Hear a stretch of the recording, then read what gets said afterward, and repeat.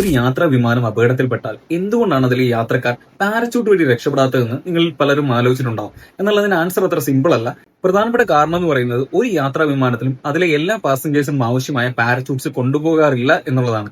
Because അത് വളരെ expensive ആണ്. അത്രയും വലിയ വെയിറ്റ് ക്യാരി ചെയ്യുന്നത് ഫ്യൂവൽ എഫിഷ്യൻസിയെ ബാധിക്കുകയും ചെയ്യും. അതിനേക്കാൾ പ്രധാനമായിട്ടുള്ള റീസൺ എന്ന് പറയുന്നത് ഒരു പാസഞ്ചർ എയർക്രാഫ്റ്റ് ഫ്ലൈ ചെയ്യുന്നത് ഏകദേശം 30,000 തൊട്ട് 40,000 അടി ഉയരത്തിൽ, അതും 800 കിലോമീറ്റർ സ്പീഡിലായിരിക്കും. ഓക്കെ, അപ്പോൾ അത്രയും ഉയരത്തിൽ നിന്ന് ഒരു എയർക്രാഫ്റ്റിന്റെ ഡോറ് തുറക്കുക എന്ന് പറയുന്നത് തന്നെ അത്രയും മണ്ടത്തരമായിട്ടുള്ള ഒരു കാര്യമാണ്. ബിക്കോസ് ഇൻ കേസ് അത് തുറന്നാൽ തന്നെ ആ വായുവിലുണ്ടാകുന്ന മർദ്ദ വ്യത്യാസം കാരണം ഓൾമോസ്റ്റ് അതിലുള്ള എല്ലാത്തിനെയും വലിച്ചത് പുറത്തേക്ക് ഇടും.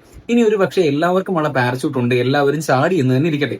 എന്നാൽ 800 കിലോമീറ്റർ സ്പീഡിൽ പോകുന്ന എയർക്രാഫ്റ്റിൽ നിന്നും -50 ഡിഗ്രി സെൽഷ്യസിൽ അതും ഓക്സിജൻ പോലും ഇല്ലാത്ത ഒരു അവസ്ഥയിലേക്ക് ചാടിയാൽ എന്തായിരിക്കും സംഭവിക്കാൻ പോകുന്നത്? എക്സ്പീരിയൻസ് ഉള്ളവർക്ക് പോലും വളരെ ഡിഫിക്കൽട്ട് ആയിട്ടുള്ള ഒരു കാര്യമാണത്. അപ്പോൾ ഒരു പരിചയമില്ലാത്ത ആൾക്കാരുടെ കയ്യിലേക്ക് പാരച്യൂട്ടും കൊടുത്ത് ഈ ഹൈറ്റിൽ നിന്നും അവരെ താഴേക്ക് ചാടിച്ചാൽ 100% പറയാം അതിൽ ഒട്ടുമിക്കവരും അന്തരീക്ഷത്തിൽ വെച്ച് തന്നെ അറ്റാക്ക് വന്ന് ചത്തുപോകും. ബാക്കിയുള്ളവർ താഴെ എത്തിയാൽ എത്തി, ഇല്ലെങ്കിലില്ല.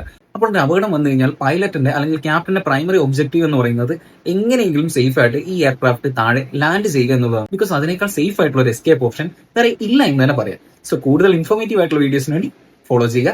ബൈ.